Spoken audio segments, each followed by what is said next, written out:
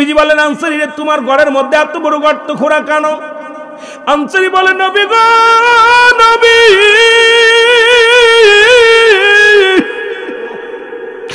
আপনি যখন সালাম দিয়েছিলেন, নবী গো, যখন আপনি আমার সালাম দিয়েছিলেন, নবী গো,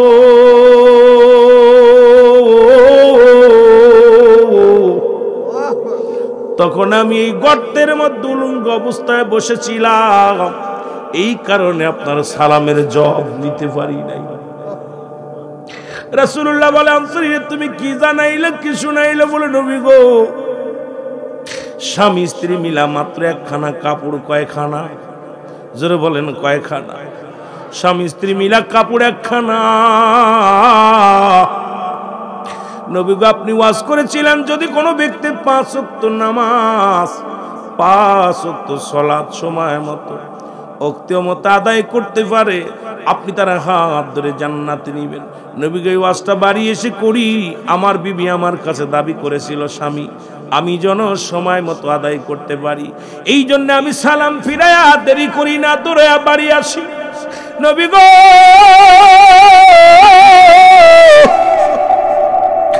আমি যখন নামাজে যাই, আমার বিবি উলঙ্গ ওই গর্তের মধ্যে বয়া থাকে, ওই কাপড়খানা আমি পরিধান করে চলে যাই নামাজে। আবার নামাজ শেষ করে বাড়ি আসি, আমি গর্তের মধ্যে প্রবেশ করিয়া ওই কাপড়খানা খুলে আমার বিবি রাতে দিই, বিবি উঠা ওযু করিয়া নামাজে দাঁড়াইয়া যায়, ইয়া রাসূলুল্লাহ, ইয়া হাবিবাল্লাহ। কারণ আমাদের স্বামী স্ত্রী মিলে একখানা কাপড়। আমার নবী ডাক দিয়ে বলে, আনসারীরা,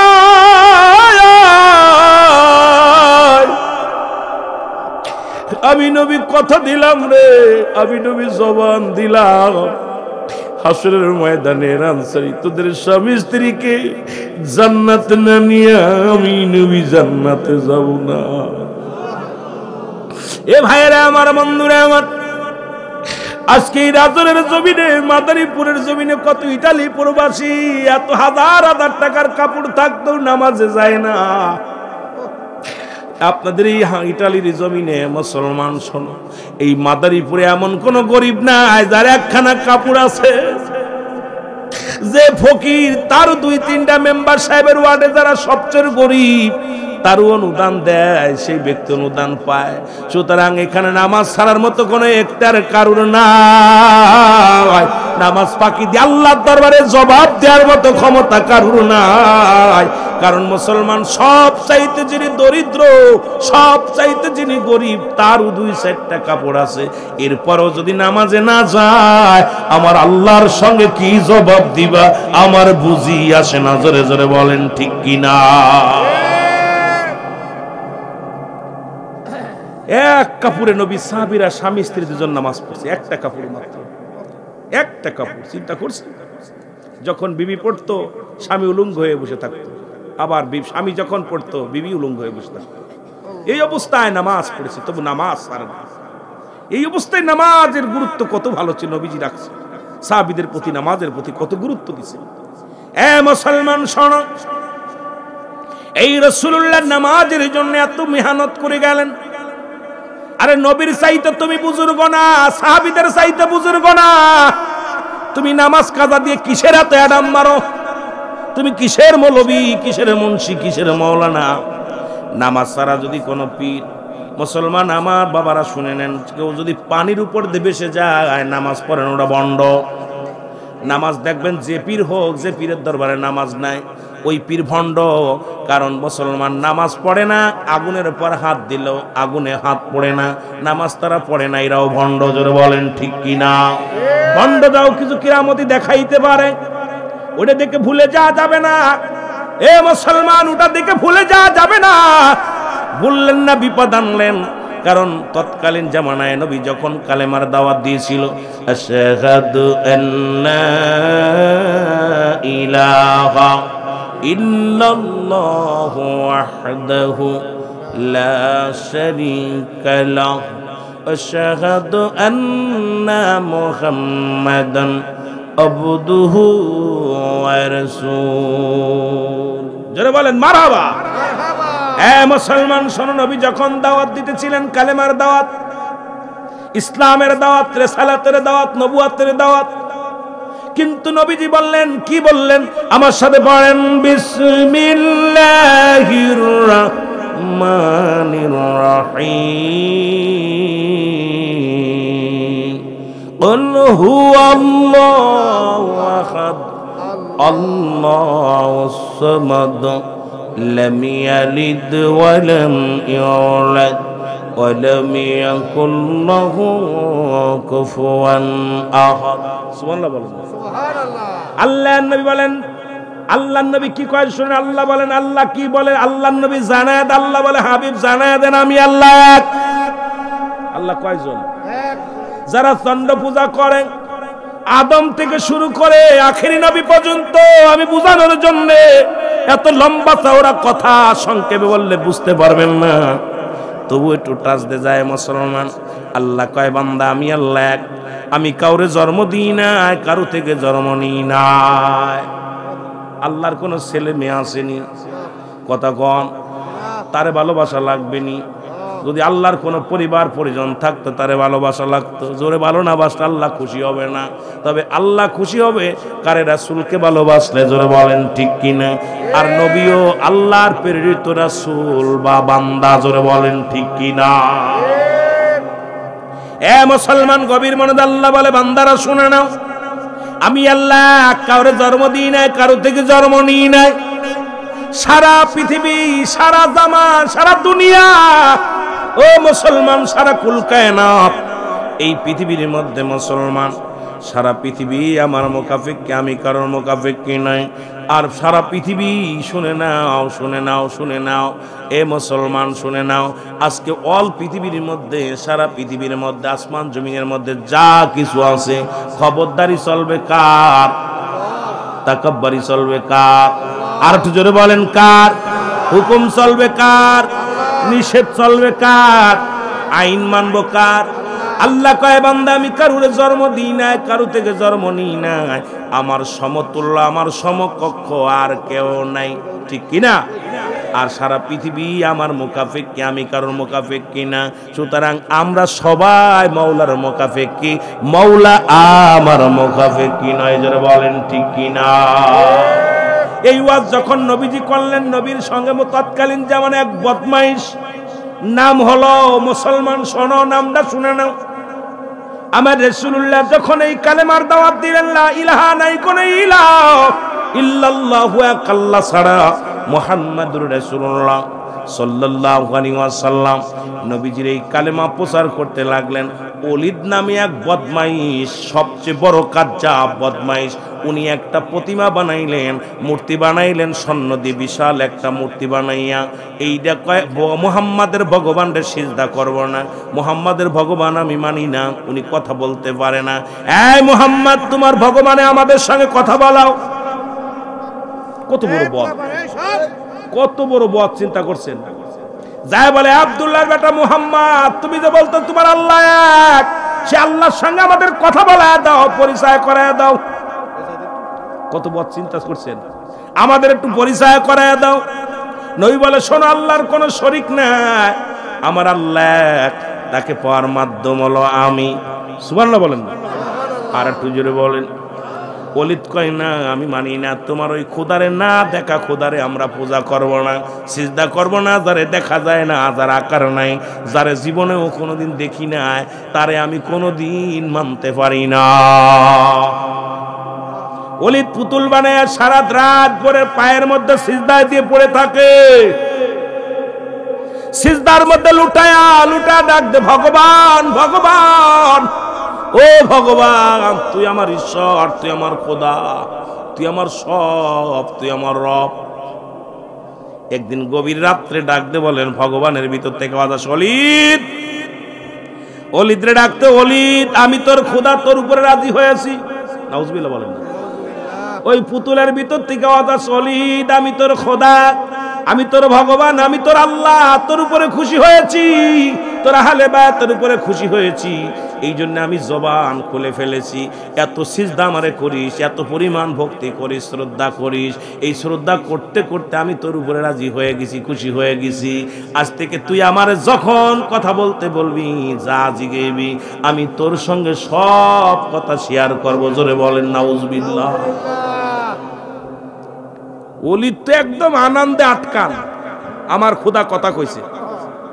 ঘোষণা করে দিলেন, শোনেন ভাইয়ের, আব্দুল্লাহর বেটা মুহাম্মাদের খোদা এতদিন পরে আব্দুল্লাহ পূজা করেন, আব্দুল্লাহর বেটা মুহাম্মদ এতদিন পরে সিজদা দেয়, কোনদিন তার খোদা কথা বলে নাই, কোনদিন জবাব দেয় নাই। আর আমি কিছুদিন হয়ে গেল আমি খোদা বানাইয়া, ভগবান বানাইয়া তারে সিজদা করি, তার মাথা লুটায় লুটায়, তার পায়ে লুটায় থাকি। আমার খোদা কথা বলেছে, তোমরা যদি দেখতে চাও আসো দলে দলে। দলে দলে লোকজন এসে অলিদের কাছে, অলিদের খোদার কাছে জিগায়, খোদা, ও খোদা, আমি তোরে ভগবান, তোরে মানি, তোরে শ্রদ্ধা করি, তুই আমার রব, তুই আমার জানের মালিক, আমার মানের মালিক। তুমি বলে দাও আব্দুল্লাহর বেটা মুহাম্মাদের খোদা নকল না আসল। কত বড় বদ। এখন মুসলমান শোনা নাও, অলিদের পুতুলের ভিতর থেকে আওয়াজ আসে, ভাইরা শোনো, আব্দুল্লাহর বেটা মুহাম্মদ একটা বাটপার। নাউজুবিল্লাহ বলো না। আব্দুল্লাহর বেটা মুহাম্মদ একটা চোর, আব্দুল্লাহর বেটা মুহাম্মদ মিথ্যুক, আব্দুল্লাহর বেটা মুহাম্মাদের খোদা একটা মিথ্যু। ওর কোন ইসলাম ধর্ম বলতে ধর্ম নাই, আল্লাহ বলতে কিছু নাই, আমি হলাম সব। তোমাদেরকে বলি ওদিক ছেড়ে দাও, আব্দুল্লাহর বেটা মুহাম্মদ একটা কাজ্জাব মিথ্যা কথা বলেছে, ওর দলে যারা যাবে তারা ক্ষতিগ্রস্ত হয়ে যাবে। তোমরা দলে দলে আমারে খোদা বানায় পূজা করো, আমারে সিজদা করো, দেখবা তোমাদের মনের বাসনা পুরা হয়ে যাবে। জোরে বলেন নাউজুবিল্লাহ। দলে দলে লোকজন আইয়া অলিদের পুতুলের ভগবান বানাইয়া সিজদা করা শুরু করে দিল। আমার নবী সিজদা করে লা শারিকা লা, কোনো শরীক নাই, আল্লাহকে সিজদা করতে বলতেছে। একবারে কিবলা, শরিয়াতের কিবলা কাবার দিকে। অলিদকে আমার পুতুলের দিকে সিজদা করো। পুতুলের খাওয়াইয়া পড়াইয়া চাটতে চাটতে হাত পা একদম সাদা বানাইয়া লাগছে। স্বর্ণের পুতুল একদম পুরো ভগবানরে একদম সবাই শ্রদ্ধা করা শুরু করে দিল। নবীজির কাছে চলে গেছে অলিদ। অলিদ যায় বলে, এ মুহাম্মদ সাল্লাল্লাহু আলাইহি সাল্লাম, তোমার কাছে একটা কথা জানতে চাই। তোমার ভগবান তো কথা বলতে পারে না, আমার ভগবান কথা বলে। যদি আগামীকাল বিশাল একটা মিটিংয়ের আয়োজন করেছি, এই মিটিংয়ের মধ্যে তোমার খোদা যদি কথা বলতে পারে তাহলে আমার দলবল নিয়ে তোমার খোদার গোলামি করব। আর যদি তোমার খোদা কথা না বলতে পারে তাহলে আমার খোদা কথা বলতে পারলে তোমার দলবল নিয়ে আমার দলে আসবা। নেতৃত্ব চলবে, একটা দুটো চলবে না, হয় তোমার আইন চলবে না আমার আইন চলবে। আমি অলিদের আইন চলবে, না হলে মুহাম্মাদের আইন চলবে। তোমার মুহাম্মাদের আইন যদি চলতে হয় তোমার খোদাকে কথা বলতে হবে, আর আমার আইন যদি চলতে হয় আমার খোদা কথা বলবে। আমার নবী কয়, ঠিক আছে, আমি মেনে নিলাম। আল্লাহু আকবার। আর একটু জোরে। হাজার হাজার লোক আসছে আজকে আব্দুল্লাহর মুহাম্মদ, আব্দুল্লাহর বেটা মুহাম্মাদের খোদা কথা বলবো আজকে জনগণের লগে দেখার জন্য। আর এদিকে অলিদের খোদাও কথা বলবে। অলিদ তো নিয়ে ওর খোদারে রাখছে একদম ল্যাংটা খোদা বানাইয়া, মাটির পুতুল, মাটির তো স্বর্ণের পুতুল, গায়ে কাপড় নাই, বালা কইরা একদম ল্যাংটা কইরা উপরে সাজায় রাখছে। খুব আনন্দের ভিতরে বড় উঁচু জায়গা রাখছে। হাজার হাজার লোকজন আইছে ময়দানে। অলিদ বলতেছে, আমার নবীজি বলতেছে, অলিদ এখনো সময় আছে, ফিরে আয়, আল্লাহরে গোলামি কর, ওগুলো ছেড়ে দে। অলিদ বলে, অসম্ভব, কারণ তোমার খোদা যদি কথা বলতে পারে, আজকে উপস্থিত জনগণকে যদি সালাম দিতে পারে, কথা বলতে পারে, তাহলে মানবো তোমার খোদা ঠিক আছে। নাই তোমার খোদা বাটপার, তুমিও বাটপার, তোমারও মানি না, তোমার খোদারও মানি না। জোরে বলেন নাউজুবিল্লাহ। আর একটু জোরে বলেন না নাউজুবিল্লাহ। ঠিক আছে, নবীজি সুন্নাহর আওয়াজ পালন করতেছে। এ মুসলমান শোনো, নবীজি বললেন, তোমরা শোনো, আমার আল্লাহ কারুর লাগে কথা কয় না। সুবহানাল্লাহ। আল্লাহ আমার আল্লাহ নিরাকার, কোনো আকার নাই। আমার রব্বুল আলামিন কে যদি পাইতে চাও, আমি যে কথাগুলো বলি তোমরা শোনো। শান্তি যদি পেতে হয়, কবরে যদি যাওয়ার চিন্তা থাকে, মরণের চিন্তা করো, কবরের চিন্তা করো, ঈমান আনো, আমার শোনে পড়ে না, লা ইলাহা ইল্লাল্লাহু। পড়াইলেন কে? রাহমাতাল লিল আলামিন, আমার নবী পড়াইয়া দিলেন। জনগণ কয়, বাটপারি ছেড়ে দাও, আগে দেখি অলিদের খোদা কি বলেন। অলিদ বলে, দেখেন মুহাম্মদ হারমেনেসর খোদা কথা বলতে পারে না, কিন্তু আমার খোদা কথা বলে। লোকজন বলে, ঠিক আছে অলিদ, তোমার খোদা যদি কথা বলতে বলে তাহলে তোমরা তাড়াতাড়ি খোদারে বলতে বলো। এখন দুই খোদার খেলা শুরু হয়ে গেছে, যুদ্ধ শুরু হয়ে গেছে। এখন মানুষে বানানো খোদা আর আল্লাহ নিজের একজন নিজ অস্তিত্ব। অনেক মজার একটা বিষয়, লোকজনে ডাক দে বলো লিদের খোদারে তুমি বলে দাও, তোমরা বলে দাও আব্দুল্লাহর বেটা মোহাম্মদ একটা ভণ্ড, তার খোদা ভণ্ড, এইটা তুমি বলে দাও লোকজন যেন সবাই শুনতে পারে, জোরে জোরে বলে দাও। ওলিদ বলতেছে খোদা তাড়াতাড়ি জবান খোল। জবান খুইলা উপস্থিত যত মানুষ আছে সবাইকে বলে দিবি আব্দুল্লাহর বেটা মুহাম্মদ একটা কি ঠকবাস, ওর খোদা নামে বলে কিছু নাই, এগুলো মানা যাবে না, ইসলাম ধর্ম বলতে কিছু নাই, এইটা বলে দাও। ওলিদের পুতুলের ভিতর থেকে একটা আওয়াজ আসলো, গুমরানো আওয়াজ। আওয়াজ এসে ওলিদের পুতুলের ভিতর থেকে জোরে আওয়াজ আসে, লা ইলাহা ইল্লাল্লাহ সাল্লাল্লাহু আলাইহি ওয়াসাল্লাম। জোরে বলেন আল্লাহ। আশহাদু আল্লা ইলাহা ইল্লাল্লাহু ওয়াহদাহু লা শারীকা লাহু ওয়া আশহাদু আন্না মুহাম্মাদান আবদুহু ওয়া রাসূলুহু। সুবহানাল্লাহ বলেন। ওলিদের পুতুল কালেমা পড়ছে, লোকজন আচ্ছা তাই এ কি কালেমা পড়ি, এ তো জীবনে শুনি নাই। ওলিদের ভিতর থেকে আওয়াজ আসে, পুতুলের ভিতর থেকে, স্বর্ণের পুতুলের ভিতর থেকে আওয়াজ আসে, এই উপস্থিত জনগণ শোনো, আব্দুল্লাহর বেটা মুহাম্মাদই প্রকৃত সত্য নবী, আল্লাহ পাক একমাত্র ঠিকানা রাহমাতুল লিল আলামিন। তোমরা শুনে নাও। আর ইসলাম ধর্মই সঠিক, সব ধর্ম বাতিল, ইসলাম ধর্ম মাত্র এক। আর আল্লাহকে যদি পাইতে চাও আব্দুল্লাহর বেটা মুহাম্মাদের অনুসরণ অনুকরণ করো। তোমরা শুনে নাও, খালিদ একটা বাটপার, খালিদ একটা সিটার, আস্তা মুনাফিকের থেকে তোমরা সরে যাও। ওলিদের লোকজন যা ছিল সবাই অবাক। আরে সকাল বেলাও যে ভগবান বলছে এটাই ঠিক, এখন কি কয়, এ তো বিশাল বাটনি যে পাটনিছে রে। ওলিদ কয় খোদা কইছিস কি, বালা করে কয়, বালা করে কইছি ছেড়ে দাও, তুই ভন্ডামি ছাড়। সুবহানাল্লাহ বলেন না। ভালো করে কইছি ভন্ডামি ছাড়, নবীর কাছে যা, আল্লাহকে পাই তোলে নবীর অনুকরণ কর। ওলিদ এখন চিন্তা করে ঘটনাটা কি, নিজের বিড়ালেই নিজেরে কয় ম্যাও, বিপদ। এখন লোকজন যা ছিল সবাই কালেমা পড়ে মুসলমান হয়ে গেছে। লা ইলাহা ইল্লাল্লাহু সাল্লাল্লাহু, সবগুলো মুসলমান হয়ে গেছে। ওলিদের মনে বড় কষ্ট, হারি এত কষ্ট করে সম্মেলন ডাকলাম, জনগণ গুছালাম, আর আজকে আমারে কি করলো, এ করলো কি, ভগবানটারে দইরা জোরে মারছে এক কাঁচা, এক কাঁচারে খণ্ড বিখণ্ড হয়ে গেছে ভগবান।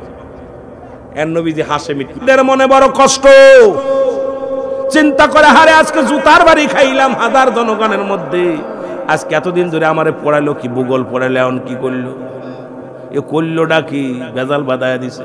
আব্দুল্লাহর বেটা মুহাম্মাদের জয়। এমন সময় আসলেন নবীজি চলে আসতেছে, মাথা উঁচু করে চলে আসতেছে। মুসলমান তো মাথা নিচু করা জাতি নয়, উঁচা করা জাতি। এমন পথের মধ্যে দেখে রে বিশাল এক দৈত্য, হাতের মধ্যে বিশাল একটা তরবারি, হাতের মধ্যে রক্ত মাখা তরবারি। রাসূলের সামনে হাজির নবীজিকে সালাম দাও, আসসালামু আলাইকুম ইয়া রাসূলুল্লাহ, ইয়া হাবিবাল্লাহ। নবী কো আলাইকুম আসসালাম, তুমি কে? বলে হুজুর আমি জিনেদের সরদার। সুবহানাল্লাহ। হুজুর আমি হলাম একজন মুসলিম জিন, আমি সর্দার, আমি রাজা। বলে তোমার হাতের মধ্যে কি? বলে তরবারি। বলে রক্ত কেন? বলে ইয়া রাসূলুল্লাহ, ইয়া হাবিবাল্লাহ, বেয়াদবি মাফ করবেন, একটু আগে যে ভগবান ওই পুতুলের ভিতর থেকে আওয়াজ এসেছিল নবী গো, ওই আওয়াজটা পুতুলে দেই নাই, ওই আওয়াজটা দিয়েছি আমি। জোরে বলা যাবে না? ইয়া রাসূলুল্লাহ, ইয়া হাবিবাল্লাহ, ওই স্বর্ণের পুতুলের ভিতরে একজন দুষ্ট জিন প্রবেশ করেছিল, আর প্রবেশ করে আপনার ইসলামটাকে কলঙ্ক করতে চেয়েছিল, আল্লাহকে কষ্ট দিতে চেয়েছিল, আপনাকে কষ্ট দিতে চেয়েছিল। ইয়া রাসূলুল্লাহ, ইয়া হাবিবাল্লাহ, দিন ইসলাম থেকে মানুষকে ফিরাইয়া মূর্তি পূজারী বানাতে চেয়েছিল। এটা আমাদেরই একজন সহকর্মী অমুসলিম জিন ওর ভিতরে প্রবেশ করে খালিদ এটাকে পুঁজি করে অসংখ্য মানুষের ঈমান হরণ করে ফেলেছে। ইয়া রাসূলুল্লাহ, আমি আসতেছিলাম ওই পথ দিয়ে, দেখি খালিদের ওই প্রতিমা, ওই মাটি, ওই কিসের স্বর্ণের পুতুলের ভিতরে থেকে আওয়াজ আসে, আল্লাহ সম্পর্কে কটূক্ত করে, রাসূল সম্পর্কে কটূক্ত করে। আমি মানতে পারি নাই, আমি ওর ভিতরে প্রবেশ করেছি, ভিতরে প্রবেশ করে ওই দুষ্ট জিনটাকে হত্যা করেছি এই তরবারি দিয়ে।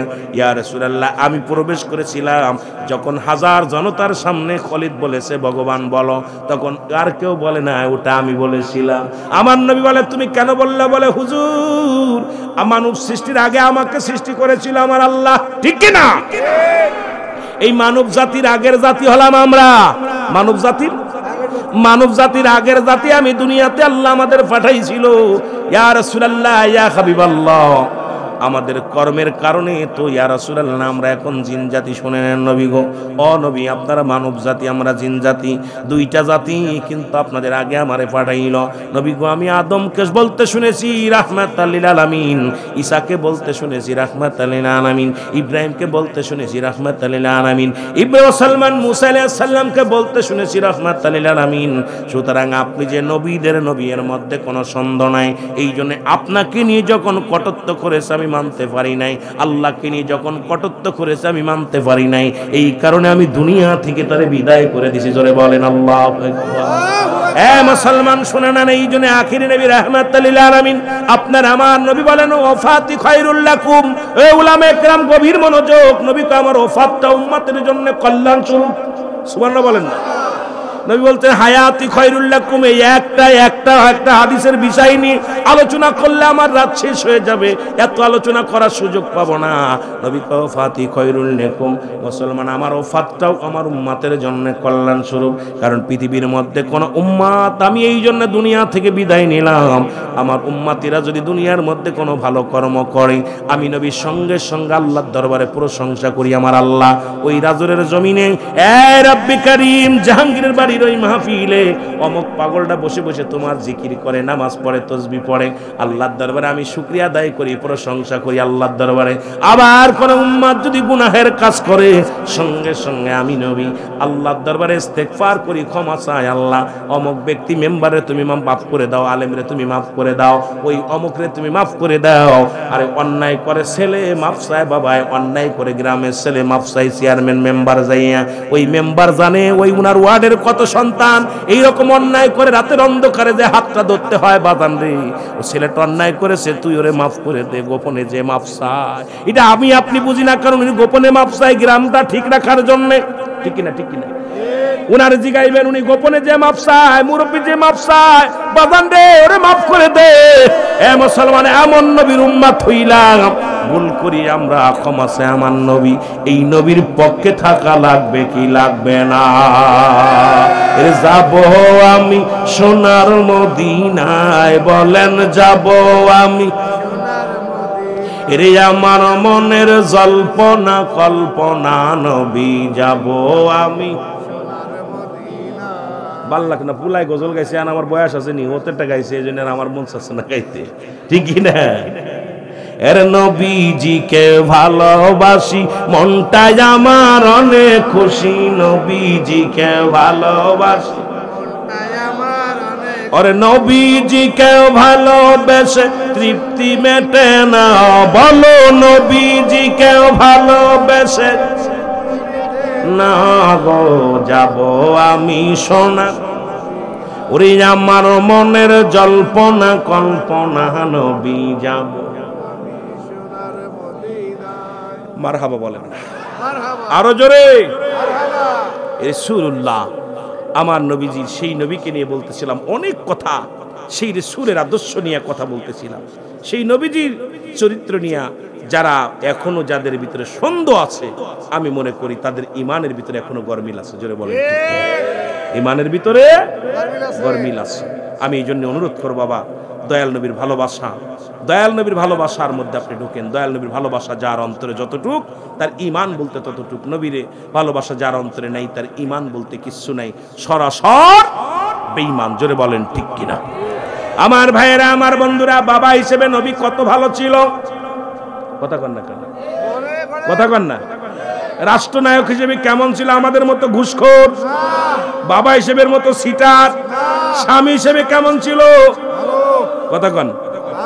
স্বামী হিসেবে ভালো ছিল, বাবা হিসেবে ভালো ছিল, মুসলমান রাষ্ট্রনায়ক হিসেবে ভালো ছিল, নবী হিসেবেও শ্রেষ্ঠ ছিল, মানুষ হিসেবেও শ্রেষ্ঠ ছিল। কারণ যেদিকেই নবীর দিক তাকাবেন সেদিকেই নবী শ্রেষ্ঠত্বের আসনে ছিল। যারা বলেন ঠিক, সব দিকে নবী শ্রেষ্ঠত্বের আসনে ছিলেন। এ মুসলমান শোনো, এই জন্যে সেই নবীর প্রশংসা করলে যাদের কলিজার মধ্যে লাগে মনে করবেন এদের মধ্যে ভেজাল আছে। জোরে বলেন ঠিক কিনা? ওই নামাজের কথা বলতেছিলাম, নবী নামাজ পড়তো কেমন? আমাদের মতো সিটার বাটপারের মতো নাকি? নবীজি নামাজের জন্য মেহনত করছে কেমন, শুনে নেন কেমন মেহনত করেছে। নবী ইন্তেকালের পরেও যারা কয় নবী নামাজ ছেড়ে দিয়ে যুদ্ধে গেছে, এটা আর একটা বাটপার। এখন এমনি মুসল্লিরা নামাজ পড়ে না, তারপরে যদি এই সমস্ত ফতোয়া দেয় যে নামাজ ছেড়ে দিয়ে আগে জিহাদে যাও, এটা আর একটা বাটপার। জোরে বলেন ঠিক কিনা? কারণ নামাজ নামাজ। নবী কেমন মেহনত। নবী অসুস্থ হয়ে গেলেন, নবী যে অসুস্থ, আম্মা জান আয়েশা সিদ্দিকাকে ডাক দেওয়া, আয়েশা রে, আয়েশা, আসরের নামাজের ইমামতিটা তোমার আব্বাজানকে করতে বলবা। আমার সাহাবী হযরত আবু বকর সিদ্দিক রাদিয়াল্লাহু তাআলা আনহু করবেন। ওয়াজ কিন্তু এক মূলের ভিতর ধরে রাখছি বাবা, সব দিক দেখবেন, খেয়াল করবেন। কারণ সব দিক যেতেছি একটু পাশ কেটে কেটে যাইতেছি আপনাদের বোঝানোর জন্য। নামাজ নবীজি ঘন ঘন অসুস্থ হয়ে যায়, একবার হুশ হয় আবার বেহুশ হয়ে যায়। নবী যখন হুশ হয় ডাক দেবেলা, ইশারে আযান হইছে নি, সুবহানাল্লাহ বলেন না। আর আমরা কি করি দেখেন না, রাসূল যিনি নামাজের প্রতি কত যত্নবান ছিল, রাসূল বলতেছে আয়েশারে নামাজ হইছে নি? আম্মা জান আয়েশা বলেন না। এ মুসলমান, আমার আবার নবীজি বেহুশ হয়ে গেলেন, নবীজি আবার হুশ ফিরে ফেলেন। এবার আম্মা জান আয়েশা নবীজি নামাজে দাঁড়ায় গেছে, দিকে আবু বকর সিদ্দিক রাদিয়াল্লাহু তাআলা ইমামতি করতেছেন। হাজার শত শত মুসল্লিগণ নয়, যতক্ষণকের জামানায় যেগুলো মুসল্লি ছিল সবাই আবু বকরকে ইমাম বানায়া আবু বকরের পিছে সালাত আদায় করে। জোরে বলেন না সুবহানাল্লাহ। ইমাম বানায়া সালাত। নবীজি এই সময় হুশ ফিরে পেলেন, নবীজি বলেন আয়েশা রে নামাজ হইছে নি? বলি ইয়া রাসূলুল্লাহ, ইয়া হাবিবাল্লাহ, নামাজ হচ্ছে, মসজিদে জামাত চলতেছে। নবী বলেন আয়েশা রে আমার একটু ধরো, আমি মাথা উঁচু করে বসতে পারি না, আমার মাথাটা একটু উঁচু করে ধরো। নবী অসুস্থ, দেখেন না নামাজের প্রতি কত যত্নবান। ও যুবক, রাসূলুল্লাহ নামাজের জন্য মুসলমান। আম্মা জান আয়েশা সিদ্দিকা মাথাটা উঁচু করে ধরলেন। নবীজি বলেন আয়েশা রে ওই জানালাটার পর্দাটা সরাইয়া দাও, ওই মসজিদটা যেন আমি দেখতে পারি, মসজিদটায় নামাজ হচ্ছে কিনা আমি দেখতে চাই। রাসূলুল্লাহ কি করলেন? রাসূলুল্লাহ মাথাটা উঁচু করে ধরলেন। আম্মা জান আয়েশা সিদ্দিকা, রাসূলুল্লাহ যখন রাসূলের মাথা ধরলেন, আম্মা জান আয়েশা সিদ্দিকা পর্দার কাপড়টা সরাইয়া দিলেন। পর্দার কাপড়টা সরাই দেওয়ার পর নবীজির চোখ দিয়া দর করে পানি ছেড়ে দিছে। হাউমাউ করে কান্দে আম্মা জান আয়েশা, চিন্তা করে আল্লাহ একে ইমাম পরিবর্তন। আম্মা জান আয়েশার মনের ভিতরে ডাকতে বলেন আল্লাহ, না জানি আমার স্বামী বুঝি আর বেশি দিন থাকবে না, যে ইমাম পরিবর্তন হয়ে গেছে, আমার স্বামী বুঝি দুনিয়া থেকে বেশি দিন আর দুনিয়ার মধ্যে থাকবে না, বিদায় হয়ে যাবে। আমার নবীজি বিদায় হয়ে যাবে। দ্বিতীয় হলো নবীর চোখে পানি। নিশ্চিত আমার আব্বা জান ইমামতি করে, যিনি রাসূলুল্লাহ চাইতে 6 মাসের বড় ছিলেন। মারহাবা বলেন না। আম্মা জান রাসূল পাক, আম্মা জান আয়েশা সিদ্দিকার বাবা হলো হযরতে আবু বকর সিদ্দিক রাদিয়াল্লাহু তাআলা আনহু। জোরে বলেন ঠিক কিনা? উনি ছিলেন হযরতে রাসূল পাক সাল্লাল্লাহু আলাইহি সাল্লামের শ্বশুর। কার? রাসূলের শ্বশুর। পৃথিবীর মধ্যে আসার একটা সিরিয়াল আছে যার কোনো সিরিয়াল নাই। দেখা যায় বাবা জিন্দা, সন্তান দুনিয়ার মধ্যে নাই, সন্তান জিন্দা বাবা নাই, দাদা জিন্দা নাতি নাই, নাতি জিন্দা, দাদা নাই। সন্তানের লাশ বাবার কাঁধে, বাবার লাশ সন্তানের কাঁধে। এই পৃথিবীর মধ্যে সন্তানের লাশ যারা বহন করেছে, এই ব্যক্তি জানে সন্তানের লাশ কত ভারী। বাবার লাশ বহনকারী ব্যক্তি জানে বাবার লাশটা কত ভারী। এ মুসলমান শুনে নাও, এ রাসূল আকরাম সাল্লাল্লাহু আলাইহি সাল্লাম বলেন, সাহাবীরা রে, আমি কি তোমাদের একটা কথা বলবো, তোমরা শুনে নাও। এমন একটা আমলের কথা বলে দিব, যে আমলটা করলে তোমরা কবুল হজের সওয়াব পাইবা। সাহাবীরা বলে, হুজুর সে আমলটা কি? নবীজি বললেন, যাদের বাড়িতে পিতা মাতা জিন্দা আছে, শুধু বাড়ি যে সালাম দিবা, আসসালামু আলাইকুম মা, আসসালামু আলাইকুম বাবা, তোমার আমল নামায় একটা কবুল হজের সওয়াব লেখা হয়ে যাবে। জোরে বলেন সুবহানাল্লাহ। এত বড় একটা নেকি, এত পরিমাণ নেকি বলতেছেন, যদি তোমাদের আব্বা মা যাদের বাড়িতে আছে শুধু সালাম দিবা, আসসালামু আলাইকুম মা, আসসালামু আলাইকুম বাবা, তোমার আমল নামে একটা করে কবুল হজের সওয়াব লেখা হয়ে যাবে।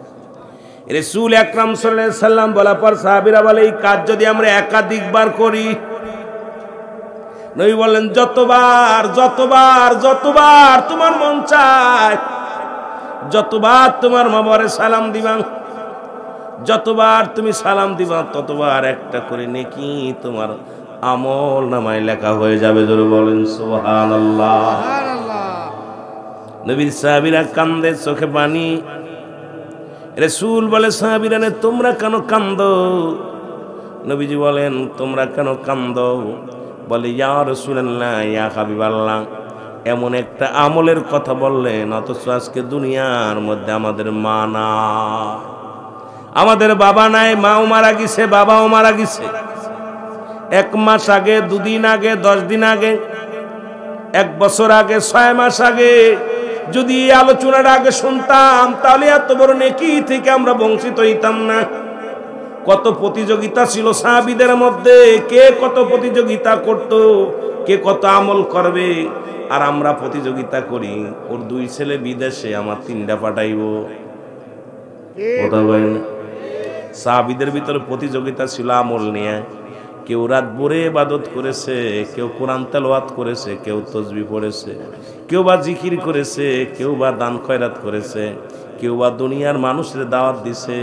কারণ তাদের প্রতিযোগিতা ছিল যে ওই সাহাবীর চাইতে আমি বেশি আমল করব, আমি বেশি নেকির কাজ করব। জোরে বলেন সুবহানাল্লাহ।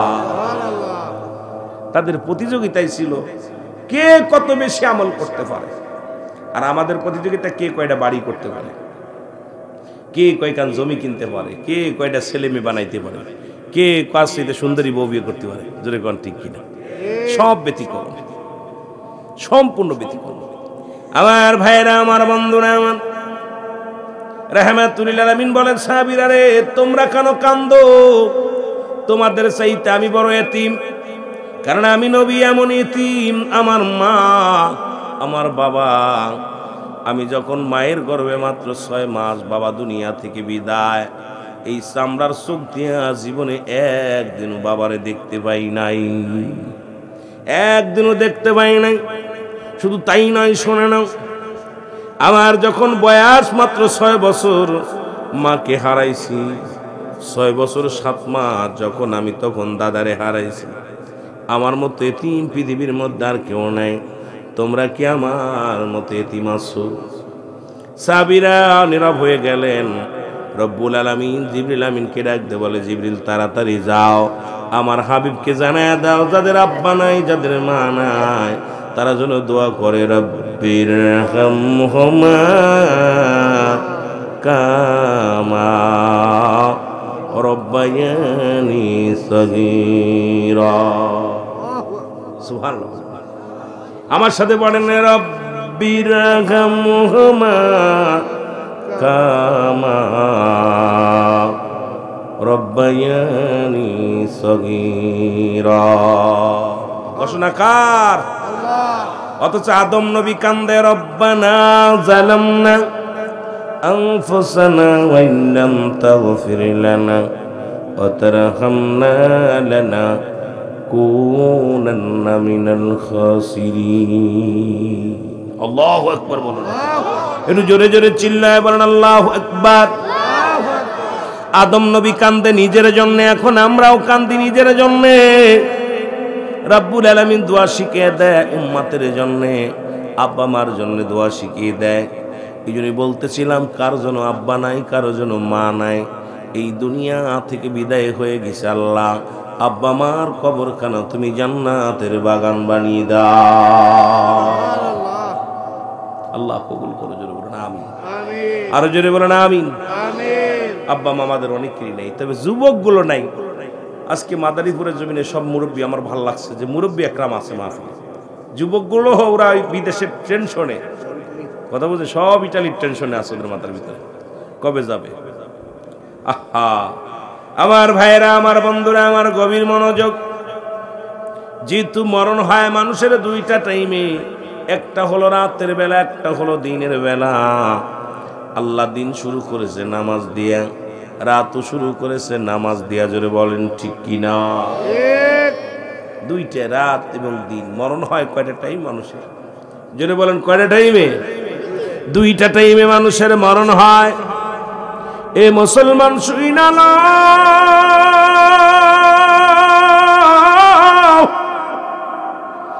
মানুষের দুইটা টাইমে মরণ হয় গো।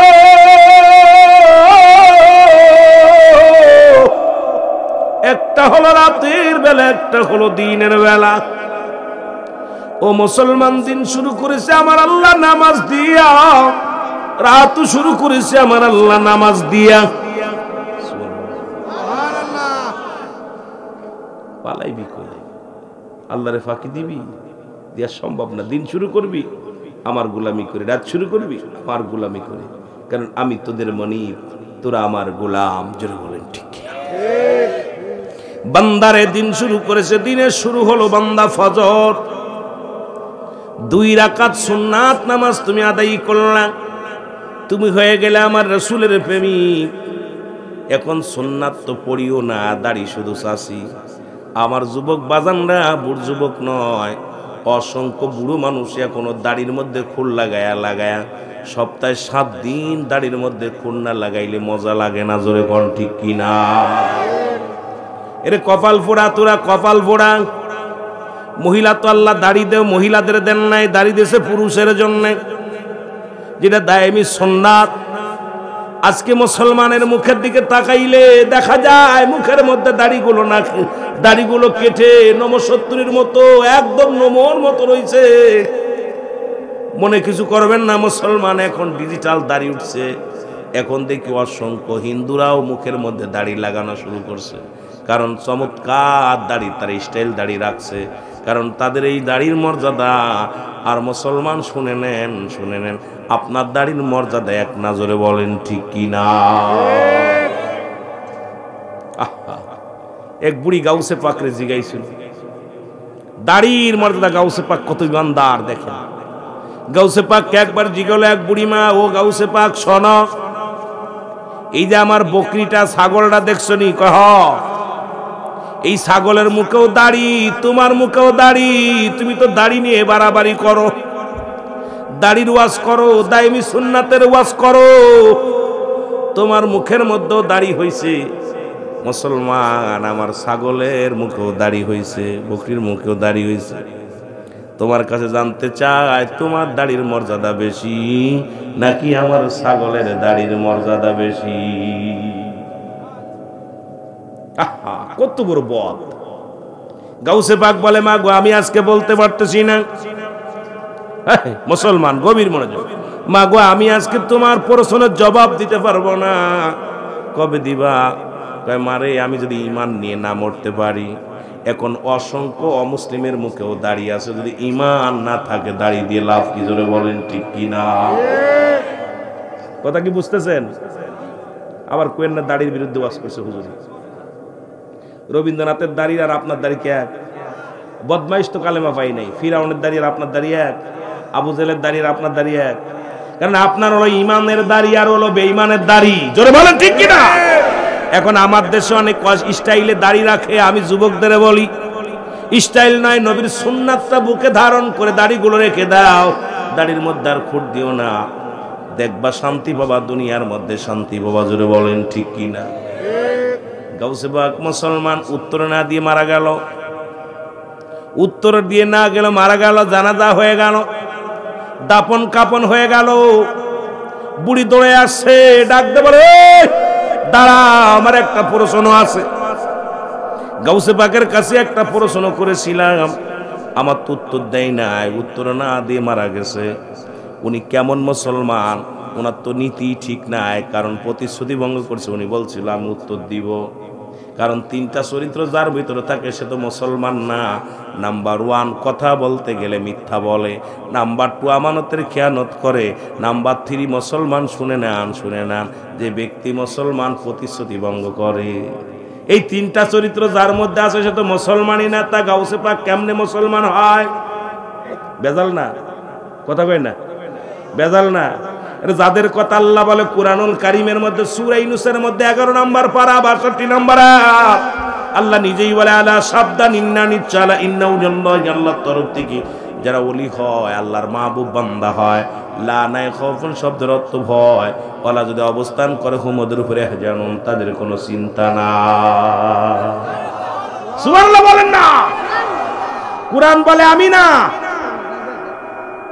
গাউসে পাকের কথাগুলো বলতে যাই, কথাগুলো বলতেছি বাবা মনে রাখবেন। এবার বুড়ি কয়, লোকজনে বলে কি বলতে চাও ও বুড়ি? কয় উনি তো কথা দিছিল, আমি কথা দিছিল যে উনি ওনার দাড়ির মর্যাদা বেশি না আমার ছাগলের দাড়ির, আমার এই পশুর দাড়ির মর্যাদা বেশি। কিন্তু উনি তো উত্তর না দিয়ে মারা গেল। উনি তো বলছে আমি জবাব দিব। কেমন মুসলমান? উনি বলে আল্লাহর ওলি ছিল। উনি কেমন মুসলমান? উনি তো উত্তর দেয় না, উত্তর তো দেয় নাই। এর মুসলমান ইলহামের মাধ্যমে ওলিদের কাছে আসে ইলহাম, নবীদের কাছে আসে ওহী, ঠিক কি না? কারণ আইমের কাজ শরমের কাতে 10ম খণ্ড 722 নম্বর পৃষ্ঠা। মুসলমান কিতাব খুলবেন, না পাইলে ধরবেন। আমি বলছি কোরআন হাদিস থেকে যখন পৃষ্ঠা বলি, নাম্বার বলি, দলিল দিই, এগুলো ভালো করে মুখস্থ করবেন, না পাইলে ধরবেন। কারণ আমার আব্বার মা বাবার জন্য কোনো কিতাব আসে নাই, গোটা বিশ্ববাসীর জন্য কোরআন। এটা আপনার আমার জন্য কোরআন, আমার জন্য কোনো স্পেশাল কোনো আয়াত নাই। জোরে বলেন ঠিক কি না? রাসূল বলে মেরকাত শরমের কাতে 10ম খণ্ড 722 নম্বর পৃষ্ঠা, তাফসীরুল বায়ান 5ম খণ্ড 524 নম্বর পৃষ্ঠা।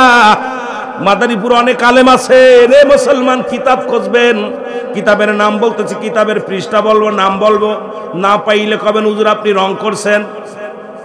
কথা বলেন না?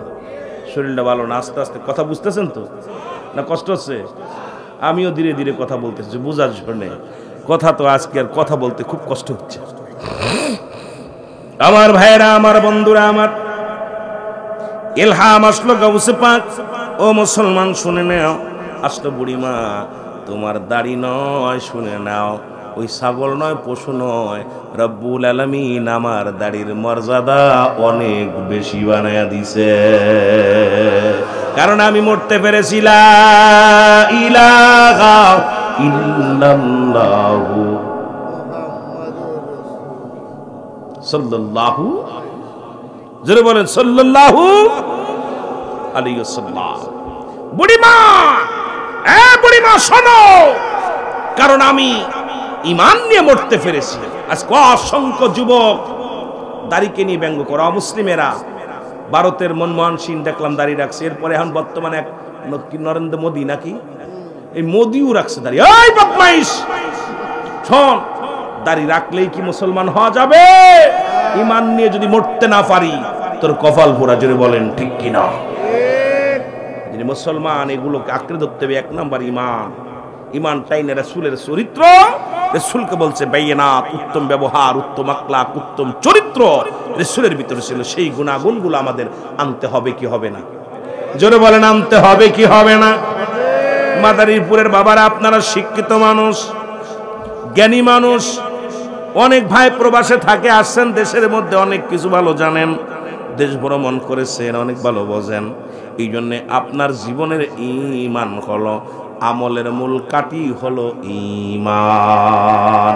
ঈমান যদি না থাকে রে, তোর কিসের দাড়ি, কিসের লম্বা টুপি, কিসের জুব্বা, কিসের নামাজ, কিসের হজ, এই ঈমানটাই হলো মূল। জোরে বলেন ঠিক কি না?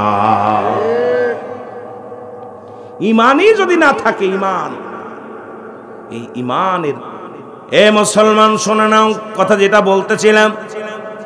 এবার বলতেছিলাম দিনের শুরু হলো ফজর, 2 রাকাত সুন্নাত নামাজ পড়লাম। আপনি নবীর প্রেমিক হয়ে গেলেন, মারহাবা বলেন না? কার প্রেমিক? কার প্রেমিক?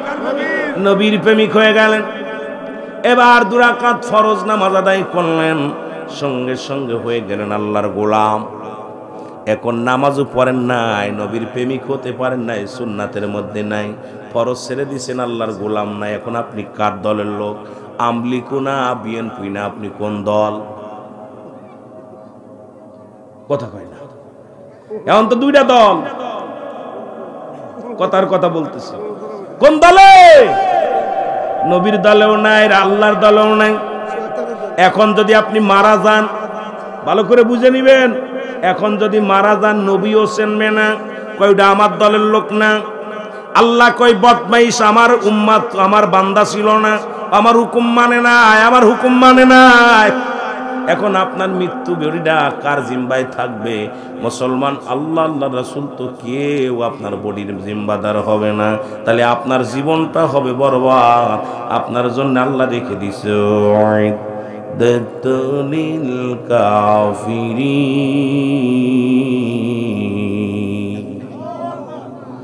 এ কাফের, এই কাফের বেঈমান মুনাফিক, তোদের জন্য প্রস্তুতি আছে 7টা জাহান্নাম। যেহেতু আমার জিম্বাদারে না, আমার নবীর হালাতে নাই, এখন তোদের কপাল মন্দ, 8টা জাহান্নাম তোদের জন্য রেখে দিছি। ঠিক কি না? ঠিক কি না? আর যারা আমার নবীর পক্ষে আসবি, আমার নবীর দলে থাকবি, আমার আল্লাহ, আমি আল্লাহর গোলামি করবি, দুনিয়ার মধ্যে আমি আমার গোলাম, দুনিয়ার মধ্যে আমি রব্বে কারিমের জন্য যারা পাগল থাকবি, আমার নবীর এশকে দেওয়ানা যারা হয়ে যাবে, তাদের জন্য আমি রব্বুল আলামিন ঘোষণা করে দিলাম উইদ্দাতুল মুমিনিন।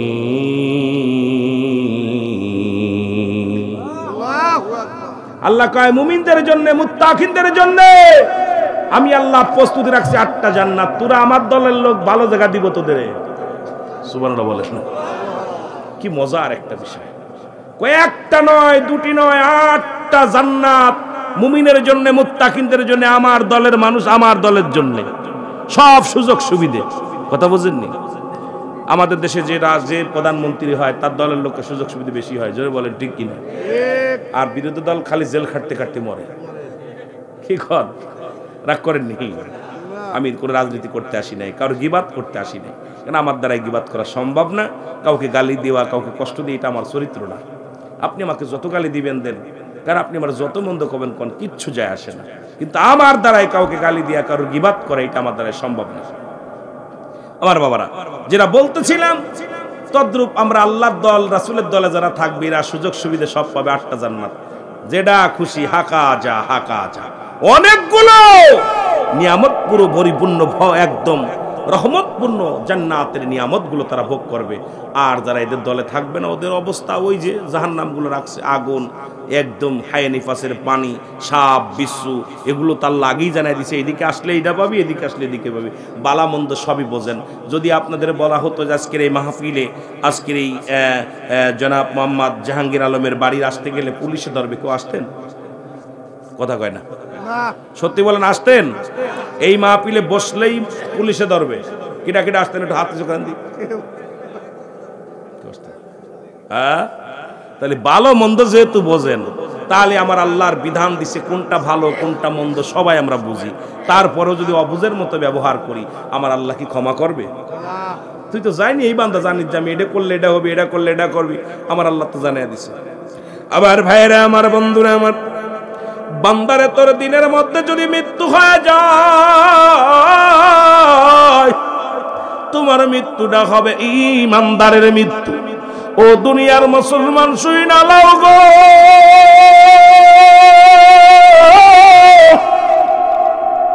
দিনের মধ্যে তোমার মরণ হয় না, রাত্রে তোমার মরণ হবে, এর মধ্যে কোনো সন্দেহ নাই। আসি না, দিনে হয় নাই, রাত্রে কত মানুষ ঘুমের ঘরে মারা যায়, খানা খাইতে যে মারা যায়, রাত্রে খানা খেয়ে শুয়ে আছে, সকালবেলার ডাক দিলে ওঠে না, দেখা যায় চির ঘুমে ঘুমায় গেছে, এমন ঘুম ঘুমাইছে আর জীবন উঠবে না। আমার ভাইয়েরা, আমার বন্ধুরা, আমার রাতের শুরু হলো, মাগরিব 3 রাকাত ফরজ নামাজ তুমি আদায় করলা, সঙ্গে সঙ্গে তুমি হয়ে গেল আল্লাহর গোলাম। কার গোলাম? ভয় পাননি না? পাপ হইব? কোন মৌলবী এবার যদি কয় আল্লাহর গোলাম হওয়া যাবে না, অনেকে মৌলবীরা গোলাম কয়, গোলাম টুলাম কারণ না। এই বদমাইশ, গোলাম কার? জোরে বলেন, গোলাম কার? আল্লাহর গোলাম। এবার 2 রাকাত সুন্নাত নামাজ তুমি আদায় করলা, কেউ আবি নামাজ পড়ে, কেউ নফল নামাজ পড়ে। এটা পার্সোনাল ইবাদত, যত করবেন ততই মজা পাবেন, যত গুড় দেবেন ততই মিষ্টি। আপনি সুন্নাত ফরজ সুন্নাত পড়া পর সারা রাত ভরে আপনি নফল পড়েন, সুন্নাত পড়েন, আবির নামাজ পড়েন, খালি নেকি আর নেকি পাবেন। জোরে বলেন ঠিক কিনা?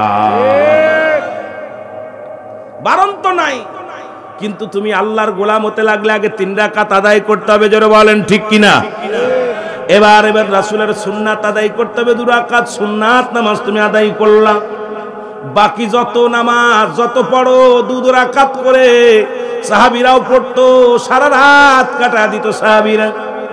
আল্লাহর নবী সাহাবীরা এমন রাত চলে গেছে, 2 রাকাত নামাজের মধ্যে রাত কাটায়া দিছে। পুরো কুরআন শরীফ খতম করেছে 2 রাকাত নামাজের মধ্যে। 15 পারা পড়েছে 1 রাকাত নামাজের মধ্যে, আবার 15 পারা পড়েছে আর 1 রাকাত নামাজের মধ্যে। দেখা যায় ফজর পর্যন্ত দাঁড়ায়া নামাজ পড়েছে। জোরে বলেন ঠিক কিনা? আর আমার দেশের ইমাম সাহেবরা যদি একটু বড় সূরা ধরে, মুসল্লি পরের দিন বেগে যায়। এই যে আসতেছে মুসলমান, হজ মুসলমান, এটা হলো রজব মাস, এরপরে শাবান, এরপরে রমজান, ঠিক কিনা? এই যে আসতেছে রমজান, দেখবে মুসল্লিরা খোঁজে কোন মসজিদি তারা শুরু তারাবি, কোন মসজিদি ছোট তারাবি, শর্ট তারাবি। ওই 20 রাকাত নামাজ তারে শুরু করতে করতে এখন 8 রাকাতে আনছে। কেউ কয় 8 রাকাত করতে করতে দেখেছি ইমাদারিপুর জমিনে অনেক মুসল্লি নামাজই পড়ে না। কয় প্রথম 3 দিন 15 দিন 10 দিন পর্যন্ত মুসল্লি পাওয়া যায়, এরপরে আবার শেষের 2 দিন পাওয়া যায়, বাকিগুলো সব হারায়া যায়। জোরে বলেন ঠিক কিনা? অথচ যেমন কায়দায় পড়তেন, এমন কায়দায় পড়তেন, যারা রাত গেলে যে চলে যেত, দিন চলে যেত, এত মজা পেত, নামাজের ভিতরে এত মজা পেত। যখনই বলতো সুবহান রাব্বিল আযীম, কঠোর হও, সিজদার মধ্যে যাইয়া কেমন যেন একটা ঘোড়ার মতো এমন কায়দা দাঁড়ায়া তারা আল্লাহকে ডাকতো।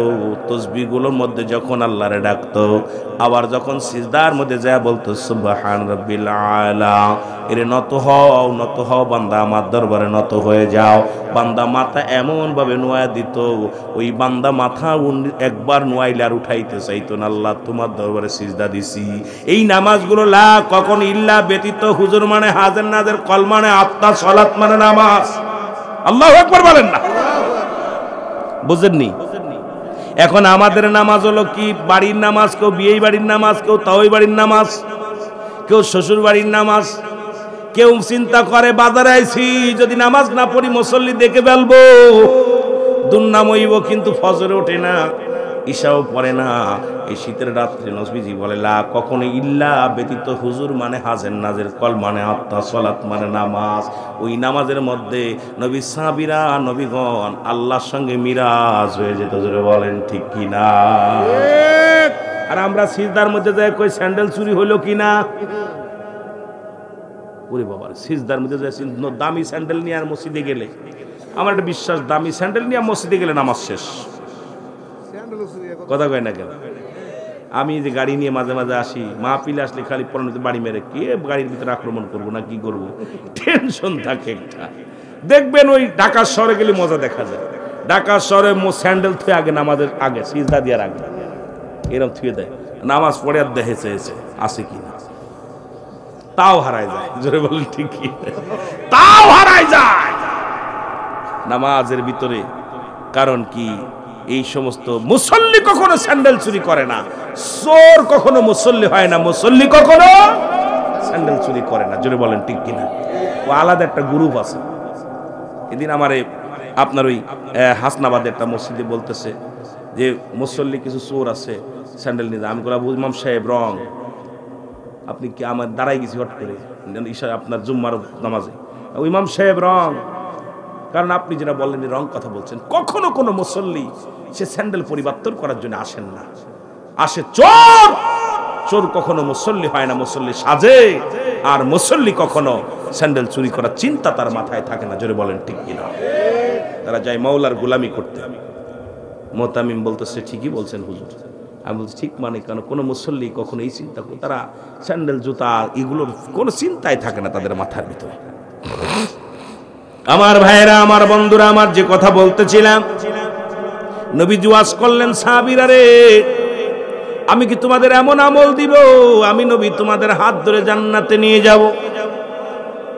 রাসূলুল্লাহর সঙ্গে কে কে জান্নাতে যেতে না একটু হাত তুলে দেখান। মারহাবা বলেন, মারহাবা। নবীজি বললেন সাহাবীরা রে, আমি নবী তোমাদেরকে কথা দিলাম, ওয়াদা করলাম, যে ব্যক্তি 5 ওয়াক্ত নামাজ 5 ওয়াক্ত সালাত সময় মতো ওয়াক্তের মতো আদায় করতে পারবে, আমি নবী তার হাত ধরে জান্নাতে নিয়ে যাব। সুবহানাল্লাহ। কথাটা কিন্তু খেয়াল করবেন, খুব গুরুত্বপূর্ণ কথা। এই রাসূলুল্লাহর সঙ্গে সবাই কি জান্নাতে যেতে চান না? জোরে বলেন চান না? হ্যাঁ, অনেকে মনে হয় চান না।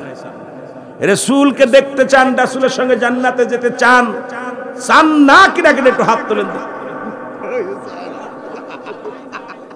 চান? মারহাবা, আমিন বলেন, আমিন বলেন। সবাই রাসূলের সঙ্গে।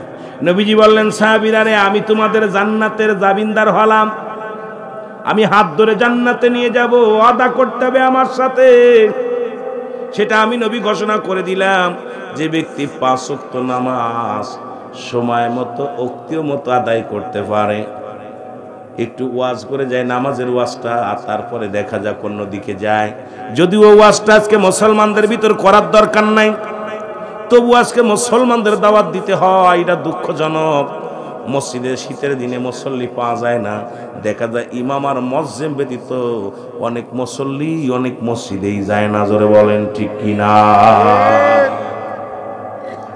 ফজরের ওয়াক্তে ইমাম সাহেব মুয়াজ্জিন আযান দিয়ে একা একা সুবহানাল্লাহ সুবহানাল্লাহ আলহামদুলিল্লাহ পড়ে, একা একা বয়ও করে, জিনটি নাচেনি আল্লাহই জানে। মসজিদ তো একটা মানুষ, শয়তান তো আসওয়াসা করে। শয়তান আসওয়াসা করে না যদি কোনো মৌলবী কয় যে আমার ভিতরে শয়তান ঢোকে না, আমি কোটে বাটপার, কারণ ওইটারে বেশি ধোঁকা দেয় শয়তান, নামাজের ভিতর বেশি ধোঁকা দেয়। দেখবেন নামাজ দাঁড়াইলে যত ইমানদার নামাজ দেবে তত শয়তান তার পাশে বেশি লাগে। ওই শয়তানের কাছে না শয়তান যায় না। আপনি আমার ভাই ইমাম আলেম মানুষ, আপনি একটা আলেম মানুষ, আপনি একটা আলেম মানুষ, আপনার কাছে ইমাম আগে আসবে শয়তান। আপনি নামাজ দাঁড়াইছেন, আপনার ভিতরে ধোঁকা দেবে, ছোটকালের কথা মনে করে দিবে, ওই বাজারের কথা চিন্তা করে দেবে, বোর কথা চিন্তা করে দেবে, বাল বাচ্চার কথা মনে করে দিবে, কারণ এইটার কাজই আসওয়াসা কাজ। আর এটাকে কন্ট্রোল করে নামাজ পড়ার নামই হলো ঈমানি নামাজ। জোরে বলেন ঠিক কিনা? এটা কন্ট্রোল করা কঠিন ব্যাপার। আপনাদের কি হয় জানেন, তবে আমার ভিতরে আসে। অনেক সময় নামাজ দাঁড়াইলেই চিন্তা করি, এখন তো রাজশাহী যাব, কুমিল্লা যাব, কখন শেষ করব নামাজ, কখন যাব, এটা পেরেশানির মধ্যে থাকি। চিন্তা করি আমাদের যদি ধোঁকা দিতে পারে আপনাদেরও দিবে, কারণ এটা আমি নিজে ধোঁকায় পড়ি তো আপনি পড়বেন না কেন?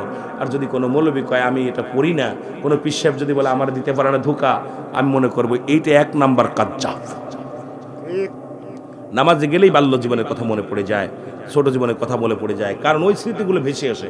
কারণ শয়তান আপনাকে ভাসাবেই, আর এটাকে কন্ট্রোল করে নামাজ পড়ার কারণেই তারা আউলিয়া ইকরাম, তারা আল্লাহর ওলি, আল্লাহর মাহবুব বান্দা, কামেল মুকাম্মেল হয়ে যায়। জোরে বলেন ঠিক কিনা?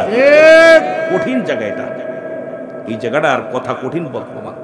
আমার ভাইয়েরা, আমার রাসূল বললেন, আল্লাহর নবী ডাক দিয়ে বলেন, সাহাবীরা শোনো,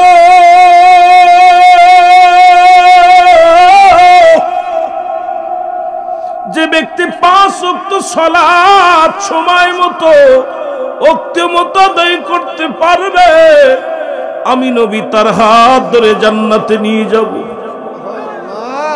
নবীর একজন সাহাবী নাম হলো আব্দুল্লাহ আনসারী। নাম কি? আব্দুল্লাহ আনসারী।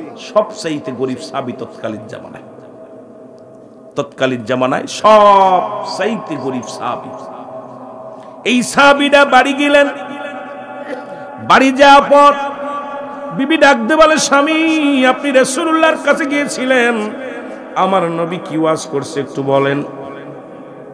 দেখছেন বিবিগণ কেমন, খেয়াল করবেন তাদের সাহাবীদের বিবিরা কেমন ছিল।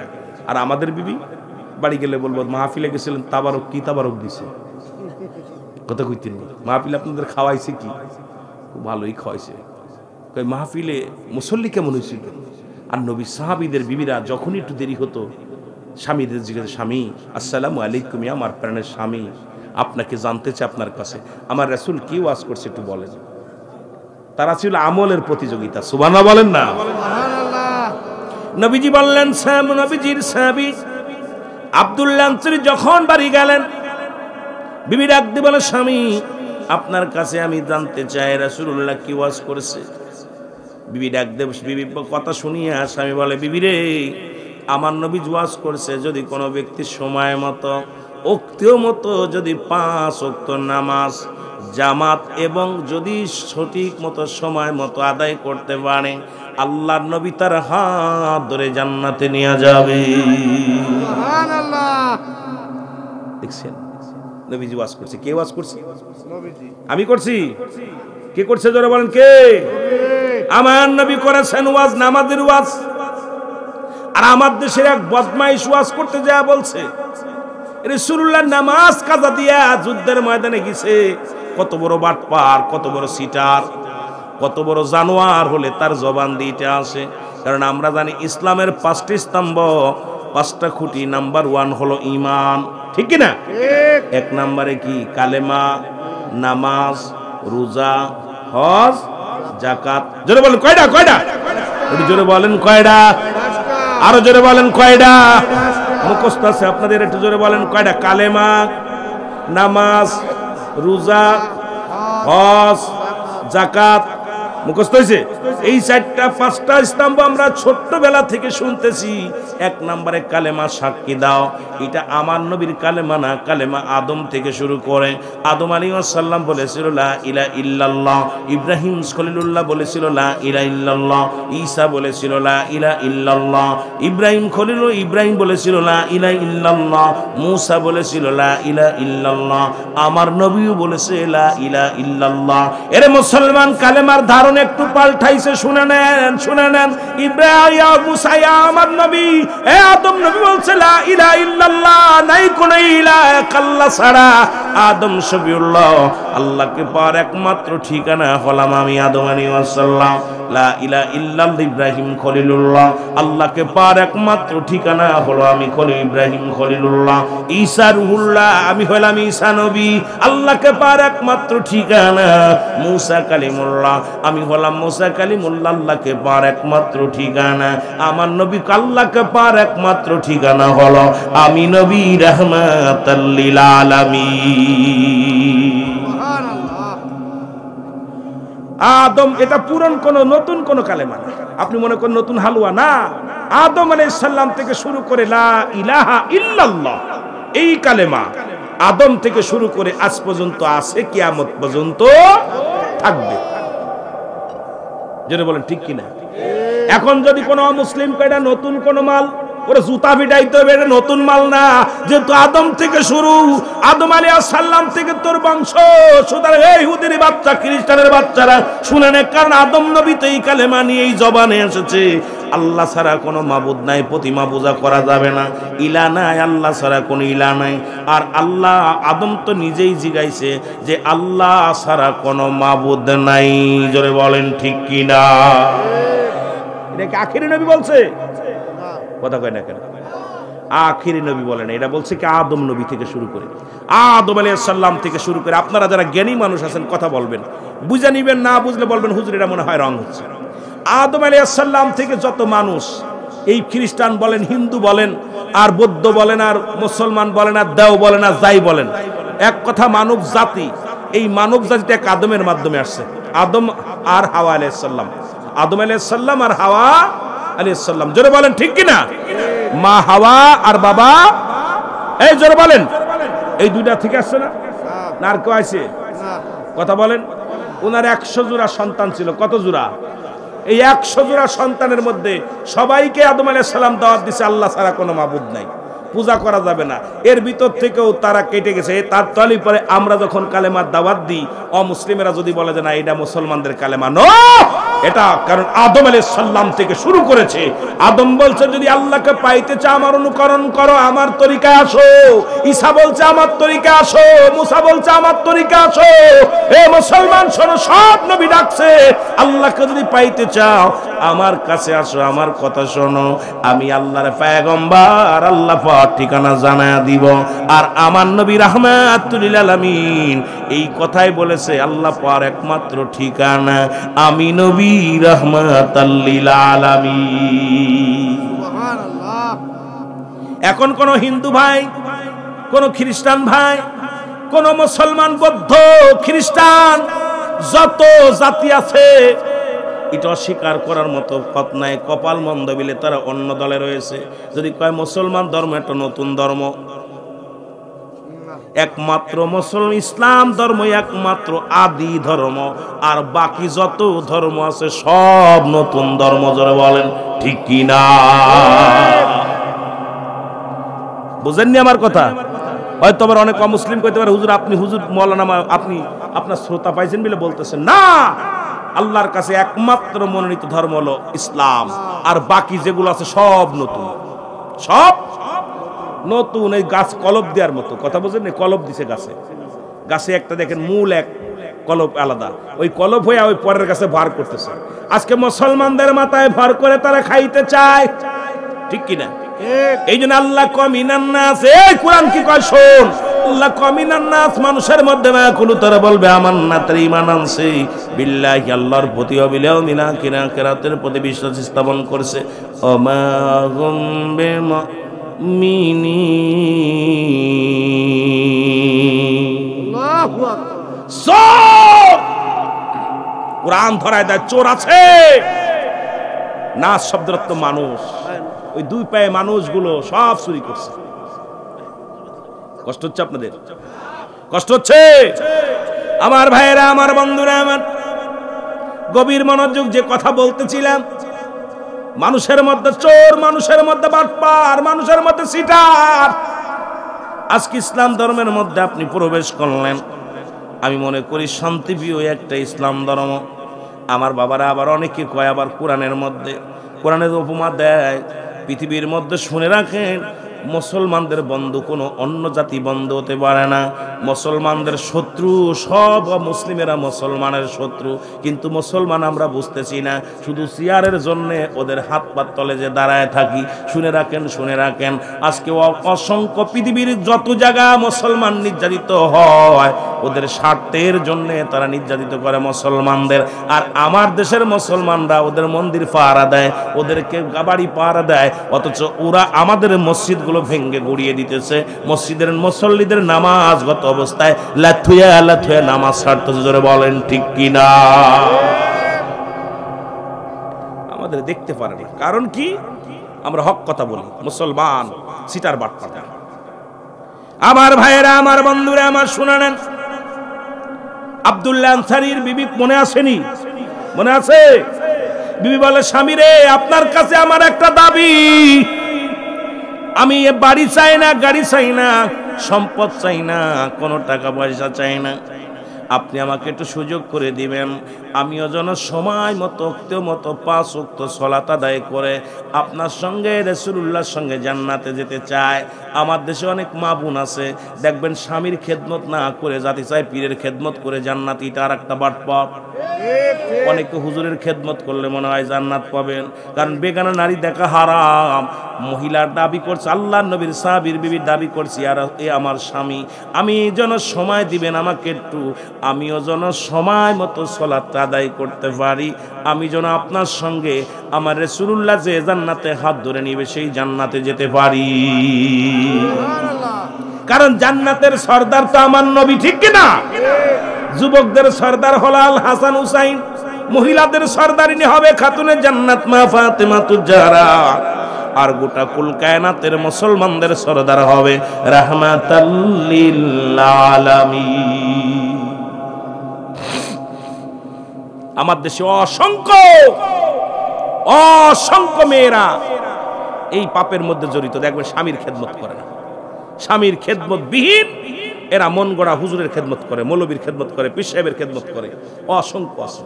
আর আমাদের মধ্যেও কিছু বদমাইশ আছে, এগুলোর প্রতি আসক্ত বেশি। জোরে বলেন ঠিক কিনা? কথা বোঝেননি? এই আওয়াজ মনে হয় কমে গেছে, আওয়াজ কমে গেছে, আওয়াজ কমে গেছে। এ মুসলমান শোনো, আমরা আস্তে আস্তে আলোচনায় যাই।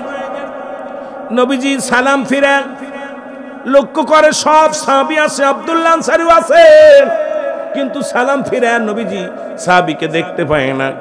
রাসূল বললেন, সাহাবীরা রে, আমি কটা দিন লক্ষ্য করি সবাই থাকে, কিন্তু আমার আনসারীকে আমি সালাম ফিরায়া দেখতে পাই না।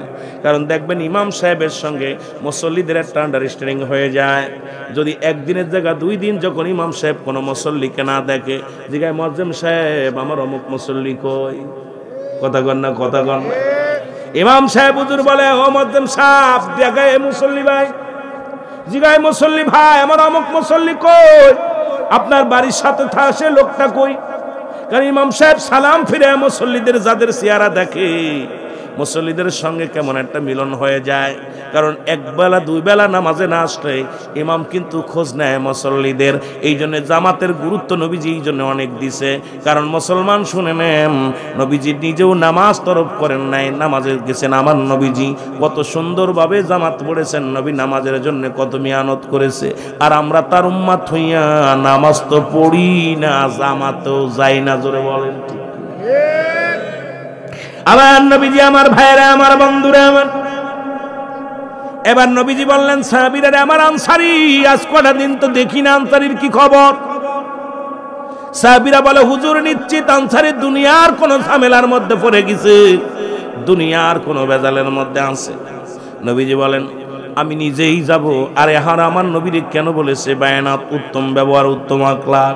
কিন্তু আমার দেশের অনেক বক্তা, অনেক যুবক ভাইয়েরা নবীকে যখন কাউ বলে, আমার বাবারা শুনে নাও, আমার নবীকে কত কিছু বলছে। নবী রাখাল ছিল, নবীজি মুসলমান গরিব ছিল। আরে নবীর হালাতটা যদি জানতো, ওই ইমানদার কোন মুমিন মুসলমান কোন বাবাকে সম্মান করতে পারে না। যিনি জন্মদাতা পিতা, কোনদিন কোনো বাজান, কোন সন্তান, আদর্শবান সন্তান বাবাকে কোনদিন মূর্খ বলতে পারে না। জোরে বলেন ঠিক কিনা? আজকে মুসলমান তো বলে, আবার অনেকে বলে নবীর চাইতে আমাদের জ্ঞান বেশি, সাহাবীদের চাইতে জ্ঞান বেশি। ওয়াজ মনে রাখবেন, ও মুসলমান, নবীজি রাখাল ছিল, নবীজি মাটি কাটছে, মাটি টানছে। জোরে বলেন ঠিক কিনা?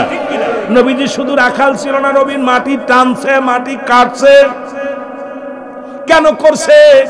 আমার নবীজি যে আমার উম্মতিরা যদি দিন মজুরি হয়, আমার উম্মতির অনেকেই দরিদ্র থাকবে, দিন মজুরি থাকবে, এই উম্মার জন্য কখনো কষ্ট না পায়।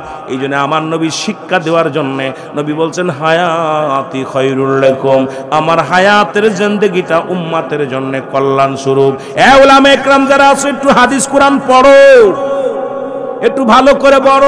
খালি শরীয়তের জ্ঞান দ্বারা এইটা দিয়ে মাপকাঠি করতে পারবা না। এই মাপকাঠিতে যাইতে হলে জ্ঞানের দরকার। ও মুসলমান, এই জ্ঞান যদি অর্জন না করিয়া তুমি ইচ্ছা মতো কথা বলো, নবীজি মাটি টানছে, মাটি কাটছে, একটাই কারণ হলো আমার উম্মতিরা অনেক হবে গরিব, অনেক হবে দরিদ্র, কেউ হবে রাখাল, কেউ ভ্যান চালাবে, রিক্সা চালাবে, কেউ দিন মজুরি থাকবে। খবরদার, খবরদার যেন কষ্ট না পায়। সেজন্য মনে করে আমার নবী করছি, এটা আমিও করলে দোষ কি? আবার আমার নবী রাজত্ব ছিল, যিনি রাজ দরবার চালাইছেন, যিনি মুসলমান প্রধানমন্ত্রী ছিল, আমার নবী এটাও প্রমাণ করে দিয়েছেন রাজা হইয়া, যে দুনিয়ার মানুষ তোমরা যদি ধন সম্পদের মালিক হও, টাকার মালিক হও, যদি বাড়ির মালিক হও, অহংকার করো না। কারণ আমার উম্মতিরা যেন কোনো সময় অহংকার না করে। বড় লোক হইলেই যে অহংকার করবা না, না, তুমিও বিনয় হয়ে যাবা। কারণ আমি নবী এটার মধ্যে তোমাদের শিখায়া দিয়ে গেলাম। জোরে বলেন ঠিক কিনা? বুঝে নিবেন কিন্তু কথা। আবার কয় নবীজি, আবার আমার দেশের দেখলাম বাবা কিছু লোক বলে নবীজি বিয়ে বাণিজ্য করেছে, নাউজুবিল্লাহ বলেন না। এ মুসলমান, নবী বিয়ে করছে, আবার কয় বুড়িরে বিয়ে করছে, কেউ বলতেছে। এরে আমার নবী রাহমাতুল লিল আলামিন মা খাদিজারে বিয়ে করলেন। কারে? মা খাদিজা বয়স তখন কত? কথা বলেন কত? মোটামুটি ওয়াজ শোনেন আপনারা, কত? নবীর বয়স কত? 25। রাসূল বিয়ে করলেন বুড়া বয়সে একটা মহিলাকে। কেন করলেন? এর মধ্যে হাকিকত আছে। রাসূল বললেন, এই জন্য করছে, তোমাদের স্বামী যদি বয়সে ছোট হয়, স্ত্রী যদি বড় হয়, তবু স্ত্রী স্বামীকে সম্মান করবে। আল্লাহ পাক ঘোষণা করে আমার নবী জানায়া দিয়ে গেছে, পৃথিবীর মধ্যে যদি কোনো ব্যক্তি আল্লাহর পরে যদি কাউকে সিজদা করতে বলতো, নিজ নিজ স্বামীর পায়ে স্ত্রীদের সিজদা করতে বলতো। জোরে বলেন সুবহানাল্লাহ। আর একটু জোরে। মা খাদিজা কোনোদিন নবীর অসম্মান করে নাই। আবার নবীর বয়স যখন 53 শেষ বয়স, নবী বিয়ে করছে আম্মা জান আয়েশা সিদ্দিকারে, বয়স তখন কত 7, 9 বছরে বাসর বা 7 বছরে বাসর। এটাও প্রমাণ করে দিলেন উম্মাতিরা রে, তোমার স্বামী যদি বুড়া হয়ে যায়, স্ত্রী যদি বুড়া হয়, তবু আম্মা জান আয়েশা সিদ্দিকা আমার নবীরে কত ভালোবাসতো, নবীকে ছাড়া বাঁচতে পারতো না, নবীকে কত মহব্বত করতো। মুসলমান শোনো, এটা প্রমাণের জন্য আমার নবী শরিয়াত তরিকত হাকিকত মারিফত সব প্ল্যাটফর্মের মধ্যে ছিল। কোন দিকে তাকাইবেন? ব্যবসা করবেন নবী, রাষ্ট্র চালাইবেন নবী, মুসলমান দুনিয়ার মধ্যে কাজ কাম করবেন নবী, বিদেশ যাবেন নবী। কারণ নবীজু তিজা মুসলমান, নবীজু হিজরত করেছে নবীজি। আমার নবীজি মুসলমান, ব্যবসার কাজেও মুসলমান গিয়েছেন, পৃথিবীর মধ্যে নবীজি রাষ্ট্র চালাইছে, নবীজি সংসার করেছে। আলেমরা, এখন যদি সেই নবীকে নিয়ে তুমি কটাক্ষ করো না ভাবিয়া, তোমার মতো বুকা আর দুনিয়ার মধ্যে কেউ নাই। জোরে বলেন ঠিক কিনা? হায়াতি খায়রুল লাকুম। নবী বলতো আমার হায়াতের জিন্দেগিটা, আমার হায়াতের জিন্দেগিটা উম্মতের জন্য কল্যাণ স্বরূপ। সুবহানাল্লাহ বলেন না? একটু জোরে বলা যাবে না? শরিয়াত তরিকত হাকিকত মারিফাত সব জায়গা আমি নবী। আজকে সেই নবীকে আপনি কেমনে কটাক্ষ করে কথা বলেন? আজকে আমার বাবারা, যদি আমি একটু বয়স বেশি হয়ে যায়, বোর যদি বয়স কম থাকে, বুড়ি কয়ে বুড়া কয়ে গালি দেয়। জোরে বলেন ঠিক কিনা? বুড়া বয়সে বিয়ে করছে সেরি। রাসূল এই জন্য করে গেছে যাতে খবরদার কখনো একদিন আমার নবীজি চোখের পানি ফেলতেছেন, রাসূল পাক সাল্লাল্লাহু আলাইহি ওয়াসাল্লাম আম্মা জান আয়েশা বলি, ইয়া রাসূলুল্লাহ, ইয়া হাবিবাল্লাহ, আপনি কাঁদছেন কেন? আয়েশা রে, আজকে আমার খাদিজার কথা মনে পড়তেছে, আমার খাদিজা, দুঃখের দিনের খাদিজা। আমার নবীজি বলার পর আম্মা জান আয়েশা সিদ্দিকা, ইয়া রাসূলুল্লাহ, ইয়া হাবিবাল্লাহ, আমি আপনাকে এত ভালোবাসবো যে আমি খাদিজার কথা মনে করতে দেব না। আর আমরা লিখতাম কি, তোর এখন সেই বুড়ির কথা মনে পড়ে রে? আহা, কি সুন্দর! এটার জন্য আজকে সে তাকে যখনই বুড়ি বলেন, আর কত বড় বদ যে কুচি সেমড়ি বিয়ে করছে। আর এটাও তো আপনার আমার জন্য নির্দেশনা রেখে দিয়ে গেছে। অনেক মানুষ বউ মারা গেছে বা অনেক বয়সে বিয়ে করছে, রাসূল তো এটাই তো আদর্শ রেখে গেছে উম্মতের জন্য। যেদিকে তাকাবেন রাসূলের আদর্শ, কারণ রাসূল তো এটা করে। এমনি আর বায়ানাত, নবীকে বলছে বায়ানাত, উত্তম ব্যবহার, উত্তম আখলাক, উত্তম চরিত্র। এই চরিত্রই তো নাই আপনার ভিতরে। আমার একটা কথা বেশি মনে পড়ে, দেখেন আমাদের খালি অহংকার। এই যে আমাদের মেম্বার সাহেব, কথার কথা, উনি মেম্বার পাইছে, এখন ওয়ার্ডের মেম্বার, এখন উনি চিন্তা করে যে সব আমার গোলাম। রাগ করেন না, আমি বুঝাইতেছি। আবার আপনি আবার বলেন না যে হুজুর আবার আমার দিকে হাত দিল কেন? কথা বুঝেননি? মানে আমি আপনারে পাইছি বলে আপনার কথাটা বলতেছি। আমার নবী তখন রাজত্ব পালন করতেছেন, আর নবীজির গোলাম হলো হযরতে যায়েদ। নাম কি? আর আরেকটা ছিল কে আপনার মুসলমান, হযরত আনাস। হযরত আনাস বলতেছে আমি রাসূলের খেদমতে দীর্ঘ 10টা বছর। কয় বছর?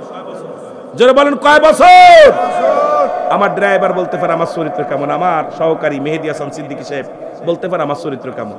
কারণ চরিত্র পরিবর্তন, চরিত্র বিষয়ে সার্টিফিকেট দিতে পারে আপনার বউ, চরিত্র বিষয়ে সার্টিফিকেট দিতে পারে আপনার কাজের মানুষ, চরিত্র বিষয়ে সার্টিফিকেট দিতে পারে আপনার কলিগ, যে বন্ধু বান্ধব থাকে তারা। কারণ আপনার চরিত্র আমি দিতে পারবো না। কারণ আপনার বোর কাছে জিগাইলে আপনার কেমন মানুষ, আরে ভাই ওরে একটু মৌলানা, ও তো নামাজই পড়ে না। কারণ এই মেম্বার, আরে মেম্বার তো বাটপার, গমচুরি করে। কথা কন না কেন?